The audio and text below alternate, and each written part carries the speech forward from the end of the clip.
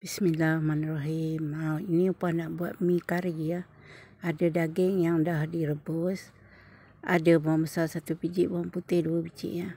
Ada sedikit carrot, ada rempah kari daging 3 suluh makan ya. Ada limau untuk hiasan. Ada berbola cendawan ya. Bawang putih dan bawang besar tu dikisar halus, ditumis ya. Tumis hingga kering. Bawang dah kering, masukkan rempah daging tadi tu ya. Masukkan air untuk masakkan rempah tu ya.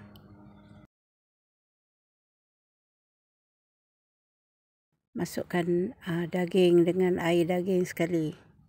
Carrot. Dah mendidih, masukkan kentang tu ya. Kentang tu dah direbus siap-siap. Letaklah garam sebut perasa ya.